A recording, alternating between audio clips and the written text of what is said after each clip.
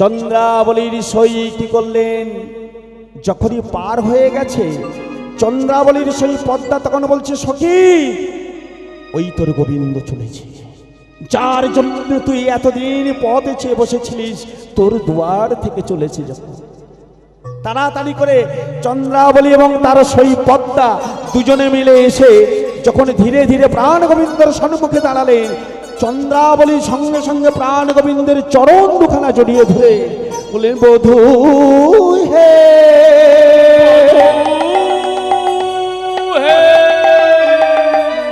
বধূ, আমি তোমার জন্য কত রজনী এমন করে কুঞ্জ সাজিয়ে বসেছিলাম, কোনদিন তো আমার কুঞ্জের সম্মুখ থেকে তুমি যাওনি। আজ যখন আমার কুঞ্জের সম্মুখ হতে তুমি চলেছ, আমি আর তোমাকে কিছুতেই ছাড়বো না, তুমি আমার কুঞ্জে চলো বধূ। চরণে দুখানা যখন জড়িয়ে ধরেছে, প্রাণ গোবিন্দ বলছে যে, চন্দ্রাবলী এ কি, পা দুটো ছাড়ো, পা দুটো ছেড়ে দাও। বধূ হে, আমি কিছুতেই ছাড়বো না, আমি কিছুতেই ছাড়বো না, কারণ আমি এতদিন পরে আমার মনোবাঞ্ছা পূর্ণ করব। তুমি আমার কুঞ্জের সম্মুখ থেকে চলেছ বধূ, আমার কুঞ্জে যাবে না। জোর করে ধরে নিয়ে যাচ্ছে। আমার একটা বাহু ধরেছে রাধারানী, আর একটা বাহু ধরেছে চন্দ্রাবলীর, আহা, একটা বাহু ধরেছে চন্দ্রাবলী আর একটা চন্দ্রাবলীর সই পদ্মা, দুজনে দুটো বাহু ধরে প্রাণ গোবিন্দকে নিয়ে চলেছেন কোথায়, চন্দ্রাবলীর কুঞ্জে। এখন যাচ্ছে কেমন করে জানেন তোমার, এই দেখবেন মায়েরা, আমরা গ্রামের মানুষ, এই আরশোলা দেখেছেন তো, আরশোলা কারা কারা দেখেননি, একবার হাত তুলুন তো দেখি। ও, তার মানে সবাই দেখেছেন, তাই তো। দেখবেন আরশোলা যখন আধমরা হয়ে যায় আর গোটা কত পিঁপড়ে ওই আরশোলাটাকে কেমন করে ধরে নিয়ে যায় দেখেছেন তো। মানে পিঁপড়ের যে শরীর, তার থেকে তো আরশোলার দেখো অনেক প্রকাণ্ড, কিন্তু সেগুলো যে যেমন ভাবে ধরে টানতে টানতে নিয়ে যায়, আজকে প্রাণ গোবিন্দকে ধরে চন্দ্রাবলী আর সই পদ্মা দুজনে মিলে বাহু দুটো ধরে নিয়ে তেমন ভাবে চলেছে। এখন গোবিন্দ দেখতে পাচ্ছেন যেন তার আর কোনো সারা শব্দ নেই, মানে নড়ারও শব্দ নেই, চড়ারও শব্দ নেই, তিনিও কুঞ্জের মধ্যে ধীরে ধীরে ধীরে চললেন। এখন এখানেই প্রশ্ন, এখানেই প্রশ্ন, যিনি বিশ্ব ব্রহ্মাণ্ডের সৃষ্টিকর, যিনি সকল শক্তির উৎস, সেই শক্তিমান পুরুষ এই দুটো রমণীর বাহু ছাড়াতে পারল না, রমণীর হাত দুটো ছাড়াতে পারল না। বলে পারবে না। কেন পারবে না? এই রমণীর হাত দুটো যদি ছাড়িয়ে চলে যায়, তাহলে ভগবান মিথ্যাবাদী হয়ে যাবে। হরিবল হরিবল, জায়গা লক্ষ্য রাখুন। ভগবান যতই শক্তিমান হোক, ভক্তের কাছে কিন্তু তিনি শক্তিমান নয়। ভক্তের প্রেমের কাছে, ভক্তির কাছে ভগবান দুর্বল। তাই ভক্তের দুটো হাত এরা ছাড়াতে পারল না। ভগবান নিজেই বলেছিলেন যে ভক্ত আমার মাতা, ভক্ত আমার পিতা, ভক্ত আমার গুরু, ভক্তেতে নাম রেখেছে মোর বাঞ্ছা কল্পতরু। ভগবান ভক্তের মনোবাঞ্ছা পূর্ণ করার জন্যই তো তার আর এক নাম ভক্ত বাঞ্ছাকারী ভগবান। তাহলে আজকের ভক্তের মনোবাঞ্ছা যদি পূর্ণ না করে চলে যান, তাহলে তার নামের গায়ে অপরাধ হয়ে যাবে, কলঙ্ক লেপে যাবে। তাই কি করলেন মা, দুজনাই যখন ধরে নিয়েছে চলেছে। আহা, কুঞ্জটার ভিতরে যখন গিয়ে আজ প্রাণ গোবিন্দকে বলছেন, হে গোবিন্দ, আমি তোমাকে মনের মতো করে সাজাবো, হ্যাঁ, এমন করে সাজাবো যা কোনোদিন তোমাকে কেউ সাজাতে পারেনি। তাহলে সাজালো কেমন করে? ওমা, আমরা যেমন কাজল পরি, মায়েরা যেমন কাজল পরি, প্রাণ গোবিন্দের বয়ানে কি করেছে, কাজল লাগিয়ে দিয়েছে, নয়নে কাজল, সিঁদুর দিয়েছে, বয়ানে রেখেছে, নিজের শাড়িটা, নীল শাড়িটা প্রাণ গোবিন্দকে পরিয়ে দিয়েছে, আর হলুদ বসনটাকে পরিধান খুলে নিয়েছে। হ্যাঁ, মানে কি সবটাই উলট পালট করে দিয়েছে। বেশি যাব না, জায়গা মতো চলে যাই। তাহলে যখন এমন ভাবে সাজালো, প্রাণ গোবিন্দকে সাজিয়ে দিয়ে সারা নিশিকুঞ্জের মধ্যে অবস্থান করলেন। এদিকে চলুন, ওই কিশোরকুঞ্জে আজকের রাধারানীর দশাটা কেমন হচ্ছে। রাধারানী বলছেন, সখীরে, ললিতা বিশাখা, ওরে আমি বধূর লাগিয়া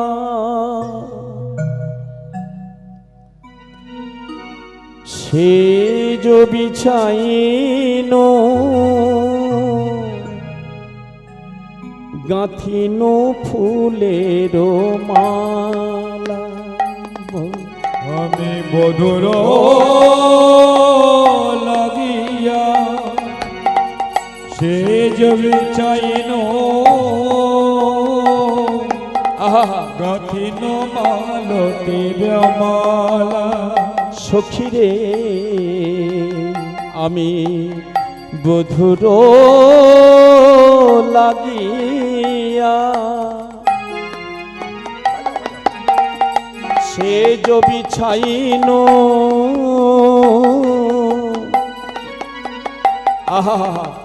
গাঁথিন ফুলের মালা। আমি বধুর লাগিয়া ওই না সেজ বিছাইন গাঁথিন ফুলের মালা। আমি তাম্বুল সাজাইন দীপ জ্বালাইন। আমি তাম্বুল সাজাইনু দীপ জ্বালিনু। আমি তাম্বুল সাজাইন ওরে ললিতা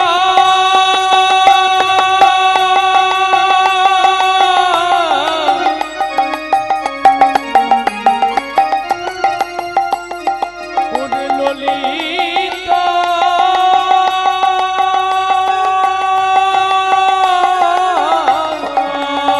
আমি তাম্বুল সাজাইন দীপ জ্বালাইন। আমি তাম্বুল সাজাইনু দীপ জ্বালিনু। আমার মন্দির হইল আলা, মন্দির হইল আলা। আমার মন্দির হইল আলা, মন্দির হইল আলা। আহা, এটা হলো একটা আক্ষেপের গান, রাধারানীর আক্ষেপ। সখীরে, আমি বধূর লাগিয়া সেজ বিছাইনু গাঁথিনু ফুলের মালা। আমি তাম্বুল সাজাইনু। তাম্বুল মানে কি জানেন ও মায়েরা? পান, মানে সাজানো পানকে বলা হয়। হ্যাঁ, তাম্বুল।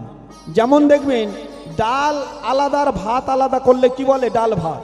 কিন্তু ডালটাকে যখন ভাতের সঙ্গে একসঙ্গে করা হয় তখন কি বলবে? ডাল ভাত বলবে? খিচুড়ি বলা হয়। ঠিক তেমন কিছু কিছু জিনিস আছে। যেমন দেখবেন ভিক্ষা আর মাধুকরী দুটো এক নয়। হ্যাঁ, ভিক্ষা হলো সঞ্চয় আর মাধুকরী কোনোদিন সঞ্চয় নয়। তেমনি এমনি পান পান বলা হবে, তাম্বুল বলা হবে না। যখন তাকে সাজানো হবে তাকেই বলা হয় তাম্বুল। হ্যাঁ, তাম্বুল সাজাইনু গাঁথিনু ফুলের মালা। বধূর জন্যে আজকের একটা মালা গেঁথে রেখেছে। কিন্তু এই যে যেমন আজকের এই যে এত রাত, তাই তো কত বাজে? এই যে গভীর রাত, সেদিন প্রাণ গোবিন্দ ওই আশার পথে রাধারানী এমন করে রাত জেগে বসেছিল। সখীদেরকে বলছে, সখীরে আমার বধূর জন্য তো আমি এত কিছু করলাম, ওই এত এখনো তো আমার প্রাণ গোবিন্দ এলো না। হরি বল হরি বল। তাই ললিতার কণ্ঠটি জড়িয়ে ধরে বলছে, সখী রে আমার রে, আমার বিফলে হলো কি সাজানো বাসর, বিফল হলো কি সাজানো আমার বিফলে হলো কি সাজানো বাসর, বল হলো কি সাজানো বাসর, এলো না মনি শ্যামে জলধর, বিফল হলো কি সাজানো বাসর, এলো না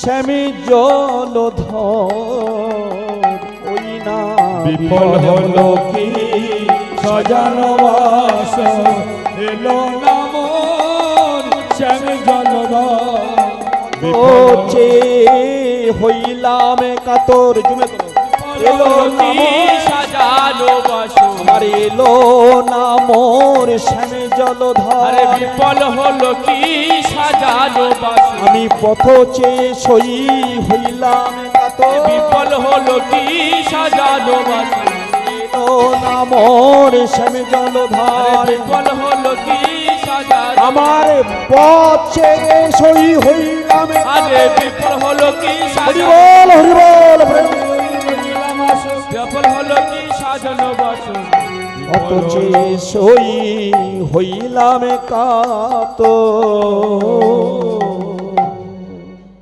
ভক্তমণ্ডলী, এই রাধা রানী যখন এমন করে কাঁদছেন ললিতা সখী, ললিতার কণ্ঠটি জড়িয়ে ধরে, তখন ললিতা বলছে, শোন ও রাধে, এই যে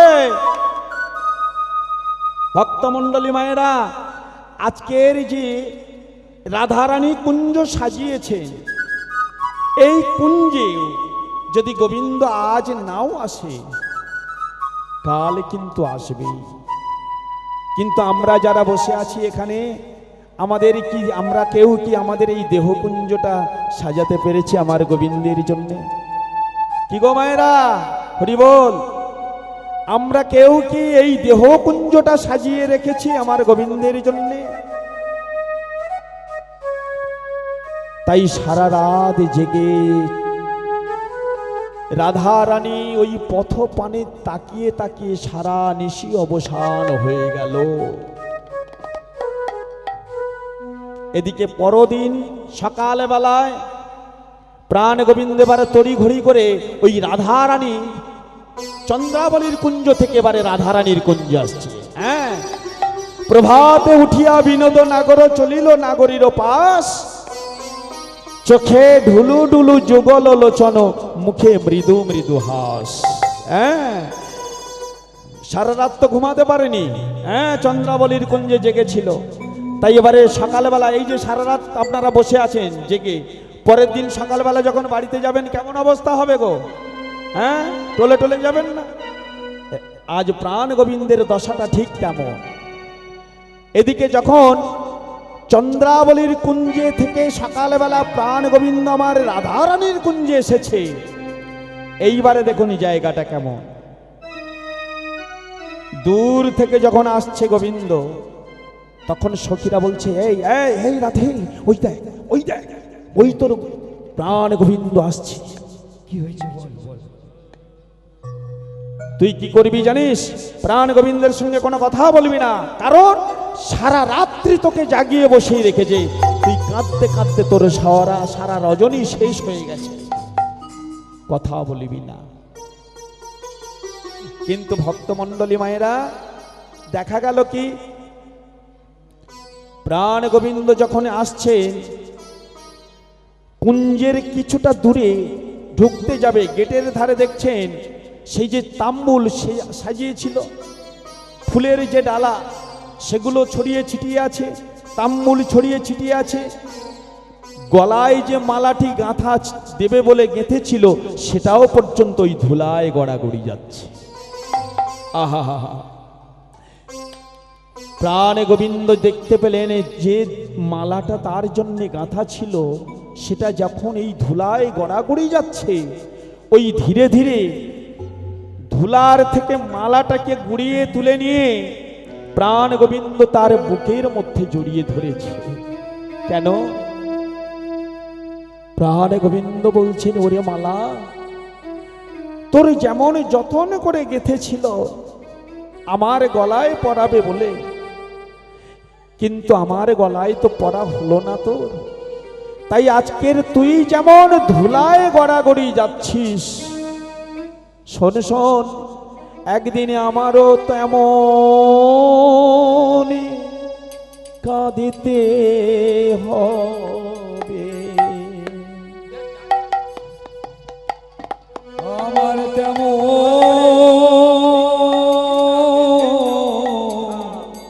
কাঁদিতে হবে। ওই ধুলায় গড়া গড়ি দিয়ে আমার এমন কাঁদিতে হবে। ওই ধুলা গড়া গড়ি দিয়ে ভক্তমণ্ডলী ভাইরা, এটা আক্ষেপের বেলা, এটাও আক্ষেপ।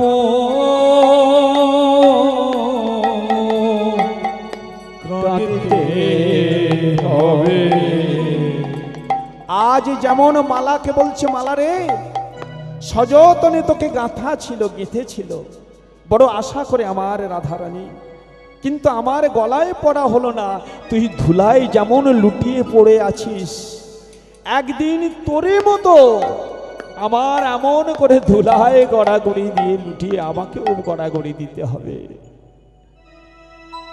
প্রাণে গোবিন্দ যখন ধীরে ধীরে কুঞ্জের মধ্যে প্রবেশ করেছে, এদিকে সখীরা যে বলে দিল মান করার জন্য, রাধারানী মান করছে না। কেন? প্রাণ গোবিন্দকে পেয়ে রাধারানী বলছে, বা বাবা, ভালো হইল আরে বধূ আসিলা সকালে, প্রভাতে হেরিনু বদন মোর দিনও যাবে ভালে। বল হরি বল।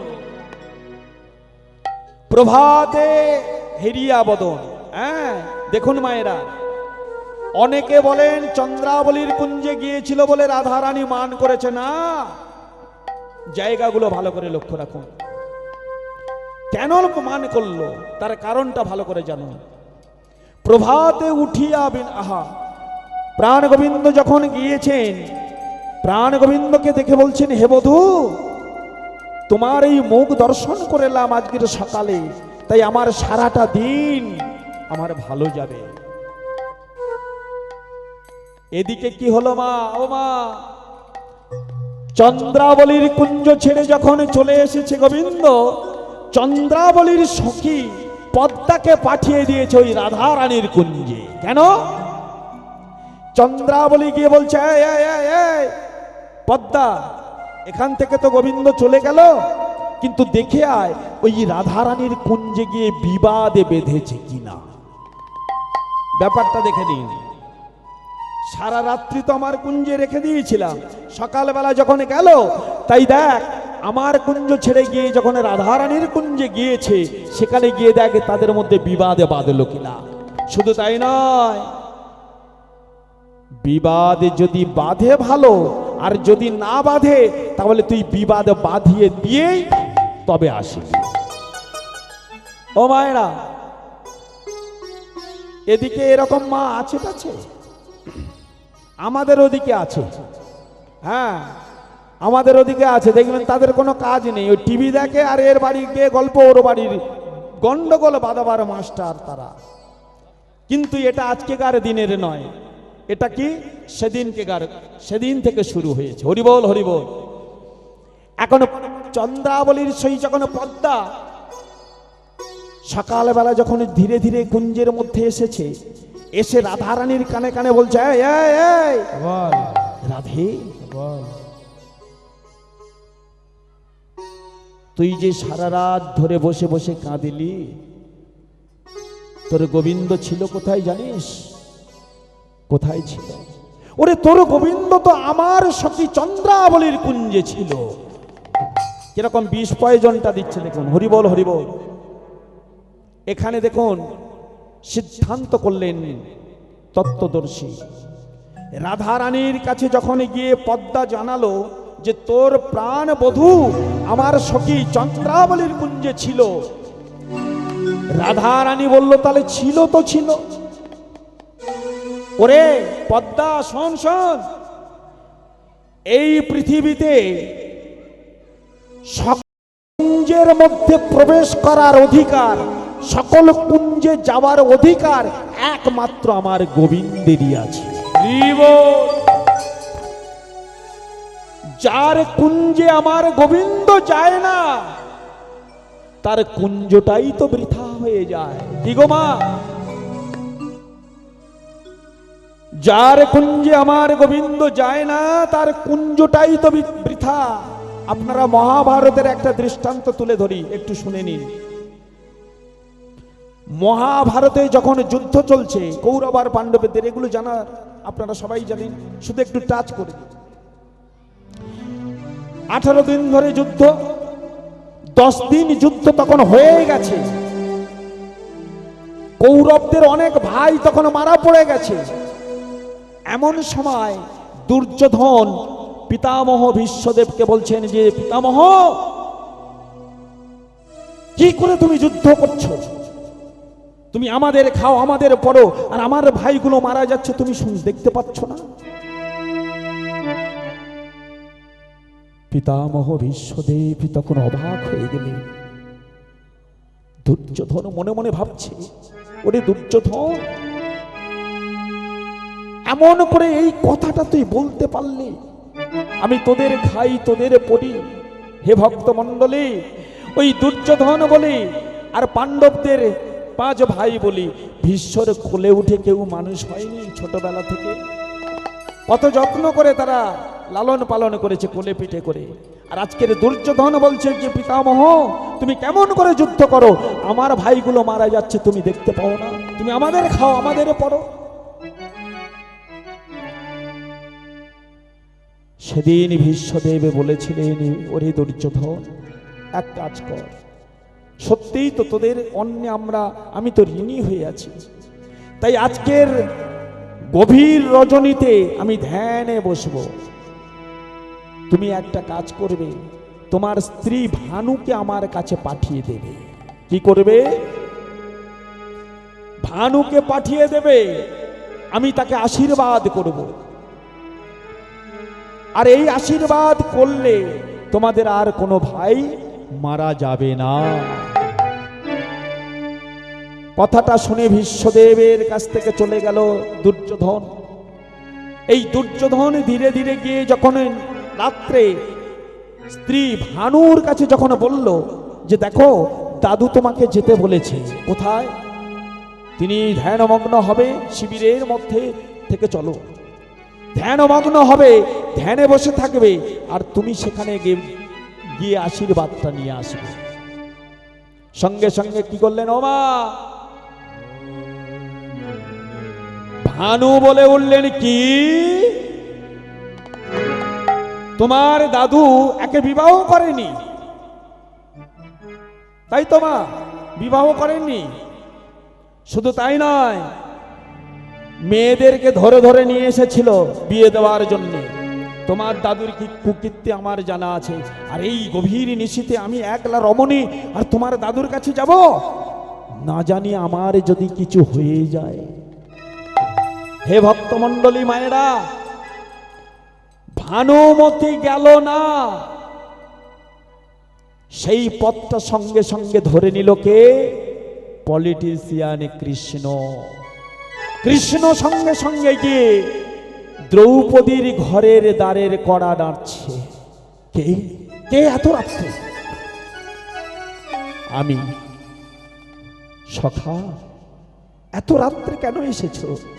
আমার সঙ্গে যেতে হবে। কোথায় যাব? কেন আমার সঙ্গে যেতে তোমার সংকোচ? না না না না সখা, তোমার সঙ্গে যাব, আমার আবার সংকোচ কিসে? তত্ত্বদর্শী বললেন, ওগো ভগবান যার যখন বলবে তাকে সেই মুহূর্তে তাকে চলে যেতেই হবে। যতই মনের স্বাদ থাকুক না কেন পূরণ হবে না। ভগবান যার যখনই ডাকবে তাকে চলে যেতেই হবে। দ্রৌপদীকে নিয়ে বলছে, দ্রৌপদী চলো আমার সঙ্গে। বেশ সখা, বলো কোথায় যাব? চলো, আমি যেখানে নিয়ে যাচ্ছি সেখানে ভীষ্মদেব ধ্যানমগ্ন হয়ে রয়েছে, তুমি কথা বলবে না।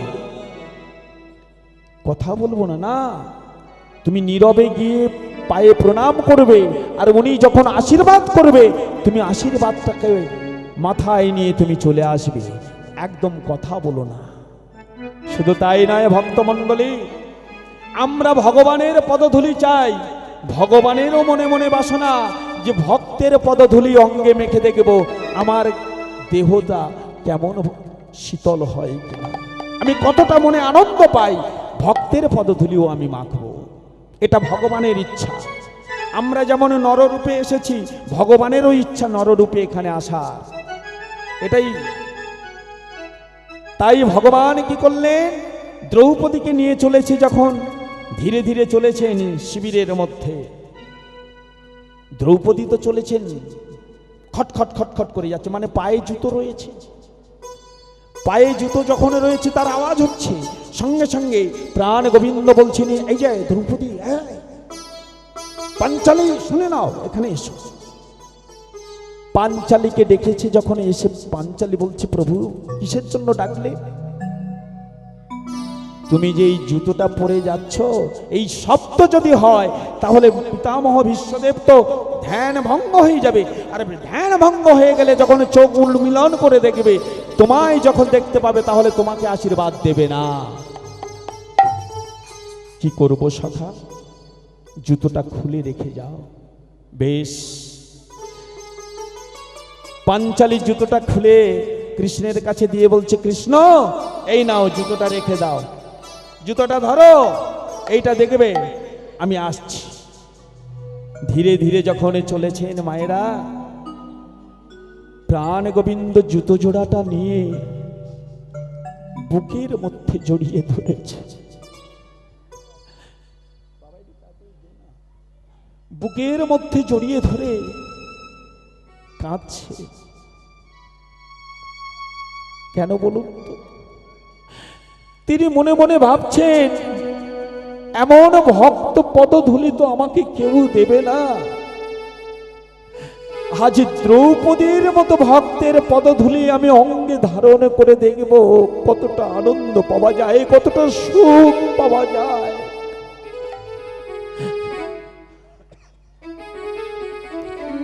প্রাণ গোবিন্দের চোখ থেকে জল টপ টপ করে জুতোর উপরে পড়ছে।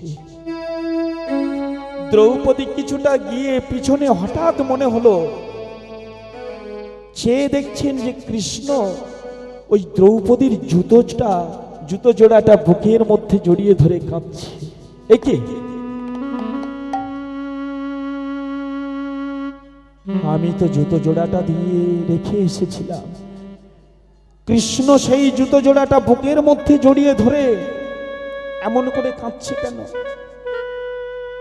আবার ফিরে এসে কৃষ্ণের কাছে বলছে, হে সখা, এ কি করছো? আমি তোমাকে বললাম জুতো জোড়াটা রেখে দিতে, দেখতে তুমি এই বুকে করে ধরে নিয়ে কাঁদছো, আর তোমার ওই চোখের জল পড়ে আমার এই জুতোটা ভিজে যাচ্ছে, তুমি দেখতে পাচ্ছ না? কৃষ্ণ তখন বলছে, দ্রৌপদী জানো দ্রৌপদী, এহ জগতে না সবাই আমার পদধূলি পাওয়ার জন্য ব্যাকুল, সবাই আমার পদধূলি চায়, কিন্তু কেউ ভক্তের পদধূলি আমাকে দেয় না জানো। তাই ভাবলাম যে তোমার মতো ভক্তের পদধূলি আমার অঙ্গে মেখে কেমন সুখ পাওয়া যায়। দ্রৌপদী বলছে, কেন দেবে না সখা? তুমি যদি তোমার পদধূলি ভক্তকে দিতে পারো, তাহলে ভক্তের পদধূলি তোমাকে দেবে না কেন? কি বলছো দ্রৌপদী? তোমার কাছে চাইলে তুমি দেবে? হ্যাঁ, কেন দেব না? এতে তোমার অপরাধ হয়েই যাবে না? এতে তোমার পাপ হবে না? দ্রৌপদী বলছে, হে সখা, ও হে গোবিন্দ, আমার এই দেহ মন জীবন যৌবন আমি তো সবই তোমার চরণে অর্পণ করেছি দয়াময়। হে গোবিন্দ, এই দেহ মন জীবন যৌবন যদি সব তোমার হয়, বলো না ঠাকুর, এই পা দুটো কি আলাদা করে আমার থাকতে পারে? তাহলে তোমার চরণের ধুলো তুমি তোমার অঙ্গে মাখবে, এখানে আমার অপরাধের কি আছে বলো? এই কথাটা যখন বললেন, কৃষ্ণ বলছে, দ্রৌপদী, এই জন্যই তো তোমাদের কাছে পড়ে আছি গো। যাও যাও, আর দেরি করো না, আর দেরি করো না, চলে যাও তাড়াতাড়ি। ধীরে ধীরে ভক্ত মা দ্রৌপদী যখন গিয়ে দেখছেন ধ্যানমগ্ন হয়ে ভীষ্মদেব বসে আছেন, ধীরে ধীরে গিয়ে তার পায়ে হাত দিয়ে যখন প্রণাম করলেন, সঙ্গে সঙ্গে ভীষ্মদেব দ্রৌপদীকে আশীর্বাদ করলেন, আয়ুষ্মান ভবতে, তোমার শিথির সিঁদুর অক্ষয় হোক। একটা নারী জীবনে এর থেকে কি বড় পাওনার আছে গো? কি গো মা? প্রত্যেকটা মায়েরাই চায় যে আমার স্বামীকে রেখে যেন আমি আগেই চলে যেতে পারি, কারণ আমার হাতের শাখা কপালের সিঁদুরটা নিয়ে যেন আমি চলে যেতে পারি। এটা নারী মনের একটা অতৃপ্ত কামনা। তাই যখন দ্রৌপদীকে আশীর্বাদ করেছে, তখন দ্রৌপদী আনন্দ আর ধরে রাখতে পারল না, সঙ্গে সঙ্গে বললেন, দাদু তবে তাই হবে। যখন বলেছে তবে তাই হবে, এবার ভীষ্মদেব চিন্তা করলেন, এ কার কণ্ঠস্বর? এ তো ভানুর কণ্ঠস্বর নয়, এ তো পাঞ্চালীর কণ্ঠস্বর। চোখ নিমিলন করে দেখলেন, একই পাঞ্চালী, তুমি এসেছে কি করে এখানে? যে আমি ধ্যানমগ্ন হব, আশীর্বাদ করব, এ কথাটা তুমি জানলে কি করে? বলো, এ কথাটা তুমি জানলে কি করে? এটা তো কেবল আমরা দুটো মানুষ জানতাম, তিনজনে জানতাম। আমি জানি, দুর্যোধন জানে, আর দুর্যোধনের স্ত্রী ভানু জানে, এছাড়া তো কেউ জানে না। তখন পাঞ্চালী বলছে, দাদু তুমি মনে মনে ভাবলে তোমরা তিনজন মাত্র জানো, তাই না? কিন্তু আর একজনে যে জানে। কে? কে সে? কেন ওই দুয়ারের বাহিরে যা দাঁড়িয়ে আছে? কে? কেন? কৃষ্ণ। ভীষ্মদেব সঙ্গে সঙ্গে বললেন, পাঞ্চালী, কৃষ্ণ আমার দরজার সম্মুখে বাইরে দাঁড়িয়ে আছে কেন? সে কি আমার এই ঘরের মধ্যে আসবে না? পাঞ্চালী তখন বললেন, দাদু গো, আমার গোবিন্দ তো সকলের ঘরের মধ্যে যেতে চায়, সবার ঘরের দরজায় সে দাঁড়িয়ে থাকে, যে ভক্ত তাকে ডাকে। আমার গোবিন্দ তো তারই কুঞ্জে প্রবেশ করে, তার ঘরে প্রবেশ করে। ভক্তমণ্ডলী, উদ্দেশ্যটা কি বলার জায়গাটা লক্ষ্য রাখো। রাধা রানী বলেছিল কি, এহ জগতে আমার গোবিন্দরই একার অধিকার আছে সকল কুঞ্জের মধ্যে যাওয়ার। যার কুঞ্জে যাবে না তার কুঞ্জটাই বৃথা হয়ে যাবে।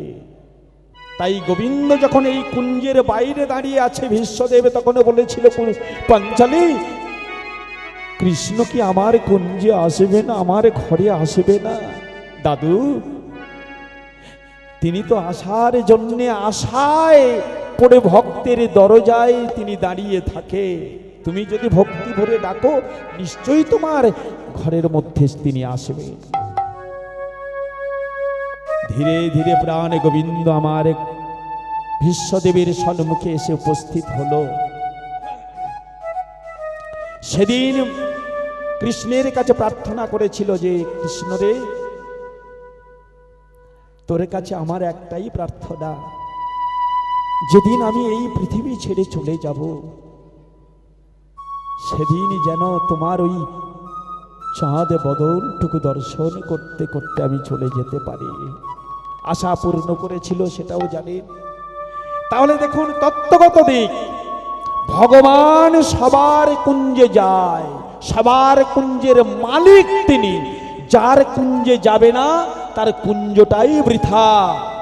তাহলে এবারে অনেকে বলে যায় কি, প্রাণ গোবিন্দ নাকি চন্দ্রাবলীর কুঞ্জে গিয়েছিল বলে তাই অভিমান করেছিল। না না,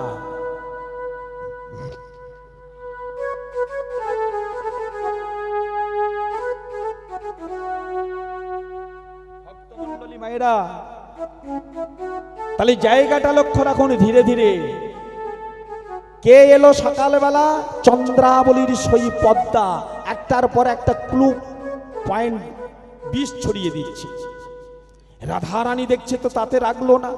এই শোনো, শোন শোন শোন রাধে, আসলে কি জানিস, শুধু আমার প্রাণ তোদের গোবিন্দ, আমার বধূ সই চন্দ্রাবলীর কুঞ্জে শুধু যায়নি, একই শয্যায় তিনি সারা রাত্রি শয়ন করেছিলেন।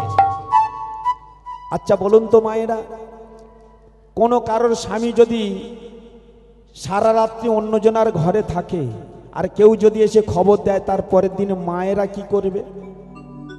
যদি বাবাদের ভালোবাসবে মায়েরা, ভালোবাসবে। যদি একবার বাবাদের সম্পর্কে যদি মায়েরা একটু ক্লু পয়েন্ট পায়, ও যতক্ষণ না পোস্টমর্টম হবে ততক্ষণ পর্যন্ত ক্ষান্ত দেবে। হরিবল হরিবল। তাহলে আজকের প্রাণ গোবিন্দ কি করলেন? কুঞ্জে ছিলেন, এটা জানাচ্ছে কে? চন্দ্রাবলীর সই পদ্মা। রাধারানী বলছে, শোন পদ্মা, তুই হয়তো জানিস না, এহ জগতে এমন কোন মানুষ আছে যারা আমার গোবিন্দকে ভালোবাসে না। কি গো মা, গোবিন্দকে ভালোবাসে না এমন কোন মানুষ আছে নাকি? নেই। তাহলে সবাই যদি আমার গোবিন্দকে ভালোবাসে, তাহলে তারা কি চাইতে পারে না যে একদিনের তারে হলেও আমার গোবিন্দ, ওগো আমি তোমার নিজের করে, আমার কাছে করে তোমাকে পাবো? চন্দ্রাবলী সেও তো ভক্ত। তাহলে এ চাওয়াটা কি তার মিথ্যা অপরাধ? এতেও রাধারানী রাগলো না। এমন সময় ওই ললিতা দূরে থেকে দেখতে দেখতে কাছে এসে বলছে, এই পদ্মা, তুই সকালবেলা এই আমাদের এখানে এসেছিস কেন রে?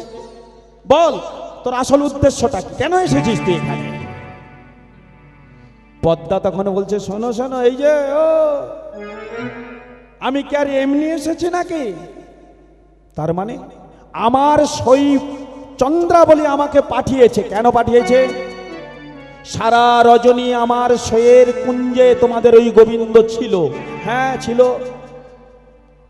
গোবিন্দ যখন বেরিয়ে এসেছে কুঞ্জের ভিতর থেকে, আমার সই চন্দ্রাবলীর দুখানা পায়ের মধ্যে একটা পায়ের নূপুর একটা পাচ্ছে না। জায়গাটা লক্ষ্য রাখুন, চন্দ্রাবলীর পায়ের এক পাটি নূপুর খুঁজে পাওয়া যাচ্ছে না। তাই আমার সখী আমাকে পাঠিয়ে দিল যে এই গোবিন্দের কাপড়ের সঙ্গে বিধে গিয়ে আমার পায়ের নূপুরটা চলে গেছে কিনা সেটাই দেখে আয়। হে ভক্তমণ্ডলী, এতক্ষণ রাধারানীর এত কথা হলো, কিন্তু রাগ এলো না। যখনই এই নূপুরের কথাটা শুনলো, এইবারে রাধারানী রেগে গেলেন। কি বললে? সঙ্গে সঙ্গে প্রাণ গোবিন্দের দিকে ক্রূর নয়নে তাকিয়ে বলছে, গোবিন্দ এই মুহূর্তে এখনই তুমি এই কুঞ্জ ছেড়ে বেরিয়ে চলে যাও।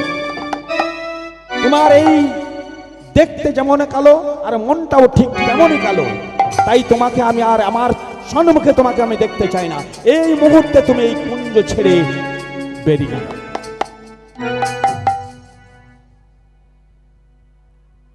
চন্দ্রাবলীর ললিতা তখন বলছে, রাধে, ওরে রাধে, একটু শান্ত হ, একটু শান্ত হ। আচ্ছা বলতো রাধে, তুই এত কথা বলল, তুই তখন রেগে গেলি না, কিন্তু যখন নূপুরের কথাটা হলো তুই তখন গোবিন্দের উপর এমন করে রেগে গেলি কেন? তখন রাধারানী আমার ললিতারে কণ্ঠটি জড়িয়ে ধরে বলছে, ললিতারে, ললিতারে, ওরে ও ললিতা, ওরে ও ললিতা, আমারে গোবিন্দ ওই চন্দ্রাবলীর কুঞ্জে যদি যদি শত বছর থাকতো, শত বছর থাকতো, তবু আমার কোনো অভিমান হতো না, হতো না। কিন্তু অভিমানটা হলো কেন জানিস? শোন, যাদের কুঞ্জে আমার প্রাণ গোবিন্দ নিজ হতে কৃপা করে গেল, বলতে পারিস কত যুগ যুগ ধরে, কত হেষ্টমুণ্ডে ঊর্ধ্ব পদে, কত যোগী, কত মণি, কত ঋষি, তারা কঠোর তপস্যা করেও যার চরণের ধুলো পায় না, যাকে দেখতে পায় না, সেই গোবিন্দ নিজ হতে যার কুঞ্জে প্রবেশ করলো, সারা রাত তাদের সঙ্গে কাটালো, সকাল বেলায় তারা পাঠালো কিসের জন্য? গোবিন্দের খোঁজে নয়, গোবিন্দ যে কোথায় গেল সেজন্যে নয়, তাদের এক পাটি নূপুর হারিয়ে গেছে। তাই রাধারানী ললিতাকে বলছে, ললিতা রে, যাদের কাছে আমার গোবিন্দের চেয়ে এক পাটি সোনার নূপুরের মূল্য বেশি হয়, এমন মহামূর্খ কুঞ্জে আমার গোবিন্দ যাবে কেন? হরিবল হরিবল। এটাই হলো রাধারানীর অভিমান। বোঝা যাচ্ছে মায়েরা? বুঝতে পারছেন তো? হরিবল হরিবল। যারা পিছনে বসে আছেন বুঝতে পারছেন? অসুবিধা হচ্ছে না তো? বাহ।